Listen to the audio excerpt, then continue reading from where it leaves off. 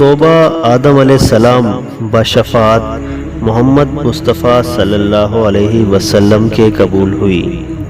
الہام ہوا، اے آدم، تم اور تمہاری بیوی سراندیب میں جا کر 2 فرزند تمہارے پیدا ہوں۔ آدم علیہ السلام برضائے الہی خطہ ہندوستان میں آئے اور بود و باش اختیار کی۔ ایک روز جبرائیل علیہ السلام 7 ٹکڑے لوہے کے لے کر ان کے پاس آئے تاکہ ان کو آہن گری سکھلا دیں۔ حاجت آگ کی ہوئی، آواز آئی، اے جبرائیل علیہ السلام، آگے مالک دوزخ سے مانگ لے۔ جب انہوں نے آگ لا کر آدم علیہ السلام کو دی، گرمی و تپش سے ان کا ہاتھ جلا۔ آدم نے زمین پر ڈال دی اور آگ 7 طبق زمین کے چھید کر پھر دوزخ میں چلی گئی، اور خبر ہے اسی طرح 7 دفعہ دوزخ سے آگ لائے، پھر دوزخ میں جا داخل ہوئی۔ آواز آئی، اے جبرائیل، 7 دریائے رحمت سے دھو کر اسے لاؤ، تب ٹھہرے گی۔ اور کعبہ الحبار نے لکھا ہے کہ جب جبرائیل آگ لانے میں عاجز رہے تب حق تعالی کا ارشاد ہوا۔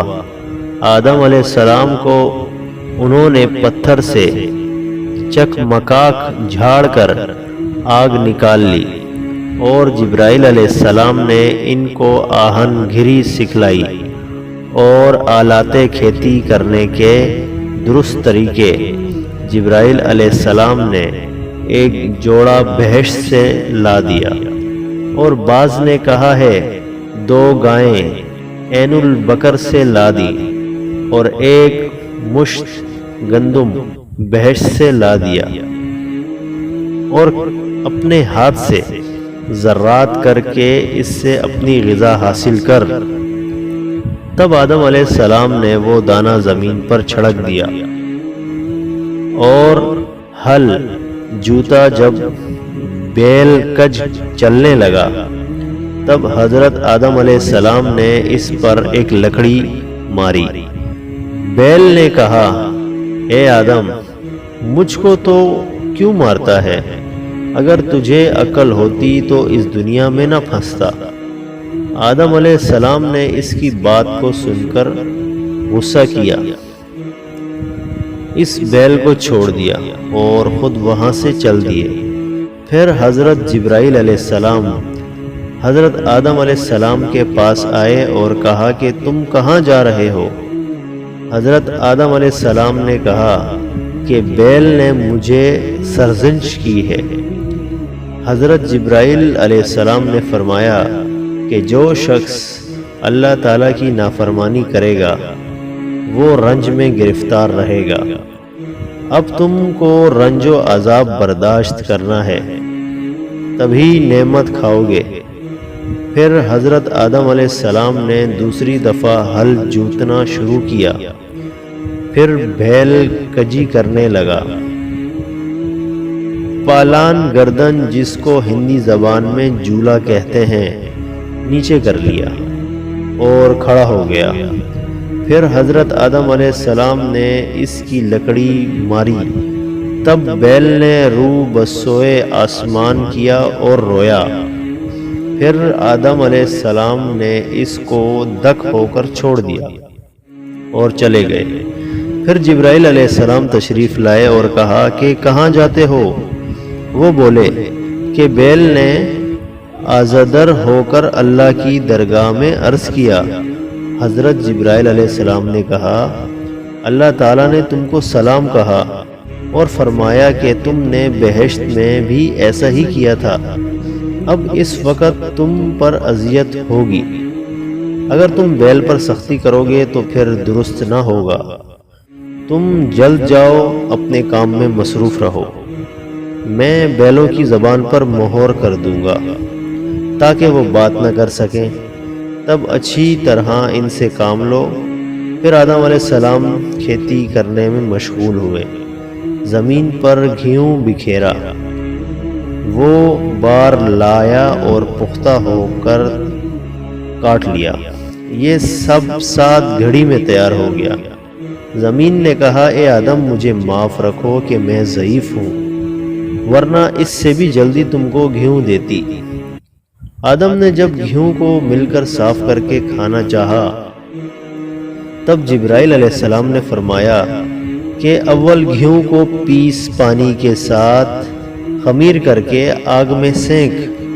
حوا علیہ السلام نے ان سے تعلیم پا کر اپنے ہاتھ سے پیس کر پانی کے ساتھ خمیر کر کے روٹی پکا کر آدم کے سامنے لا رکھی۔ آدم علیہ السلام نے چاہا کہ کھائیں۔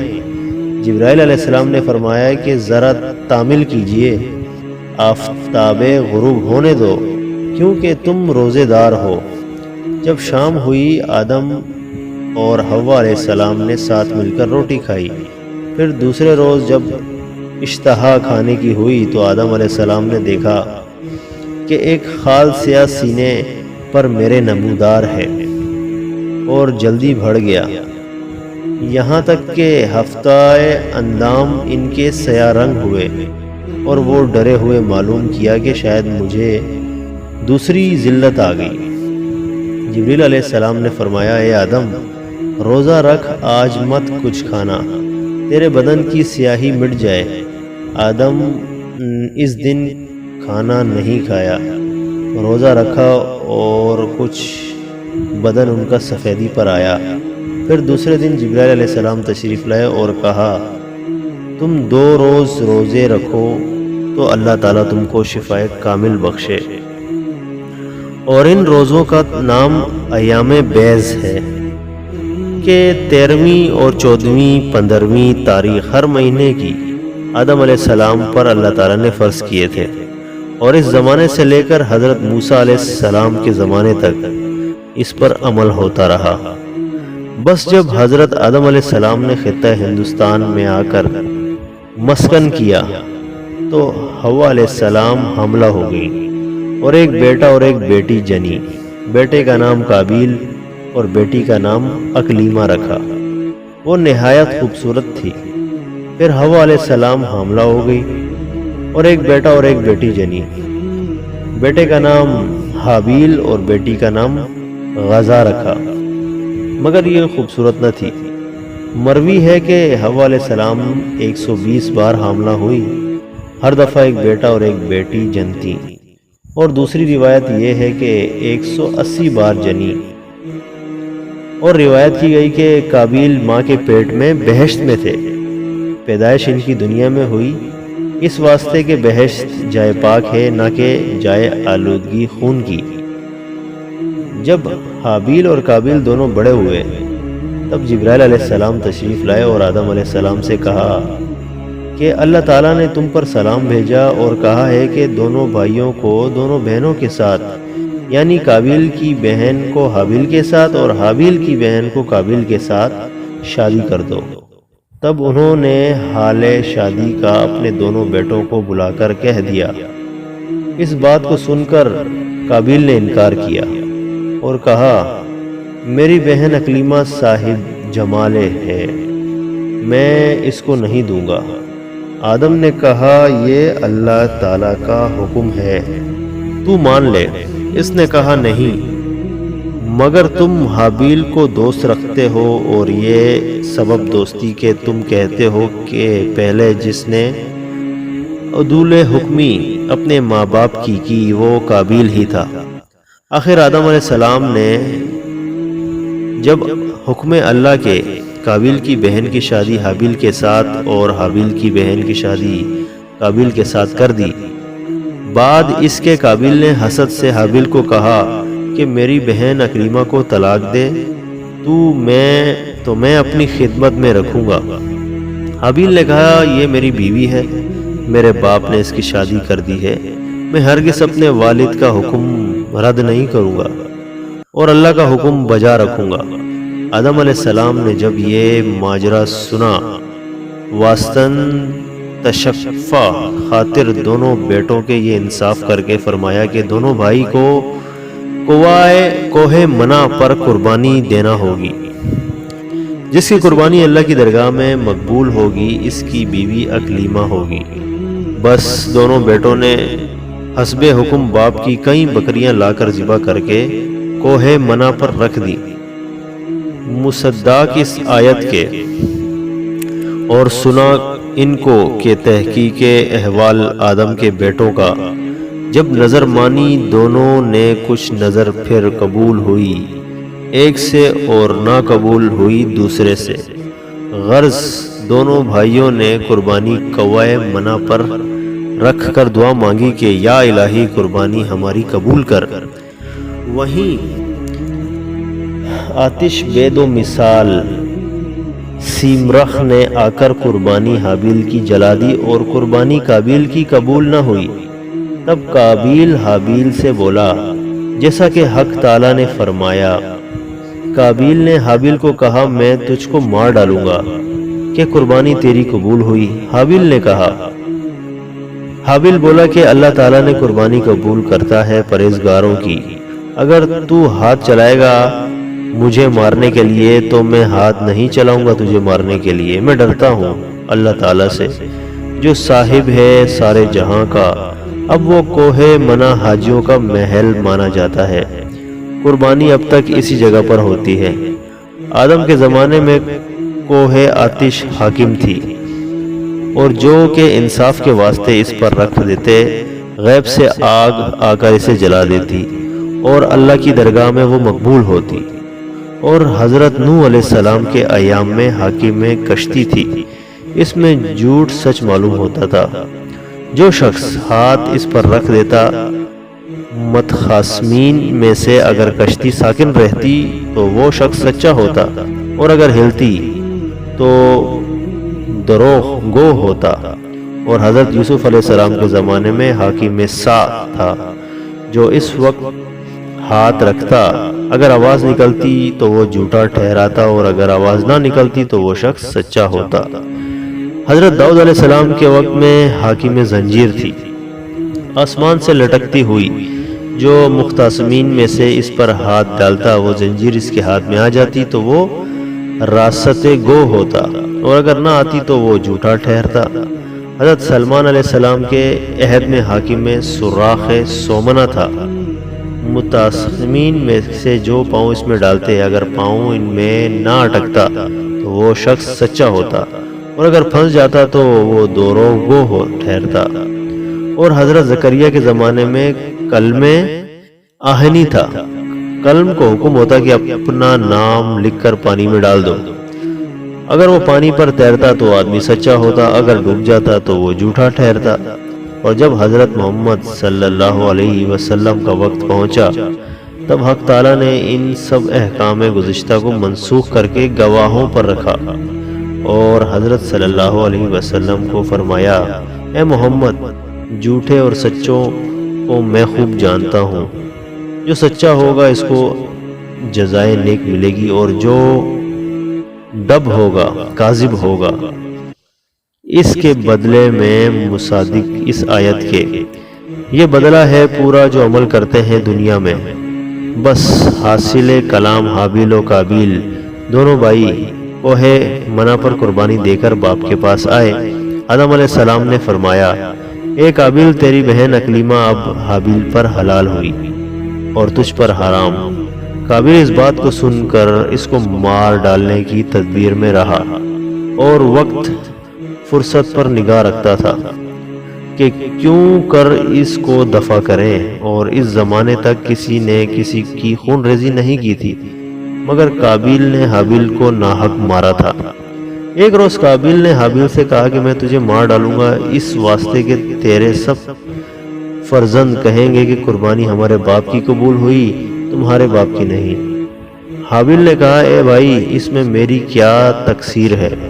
اللہ عادل ہے۔ اچھا اگر تو مجھے مارے گا میں تجھ کو نہیں ماروں گا، حق برادری کا بجا لاؤں گا، مگر تو روز محشر عند اللہ ماخوذ ہوگا اور مستوجب دوزخ ہوگا اور میں خلاصی پاؤں گا اور وہ اس بات کے سنتے ہی اور بھی اس کا دشمن جانی ہوا۔ ایک روز ایسا اتفاق ہوا کہ حضرت آدم علیہ السلام حج کو گئے قضاء الہی سے۔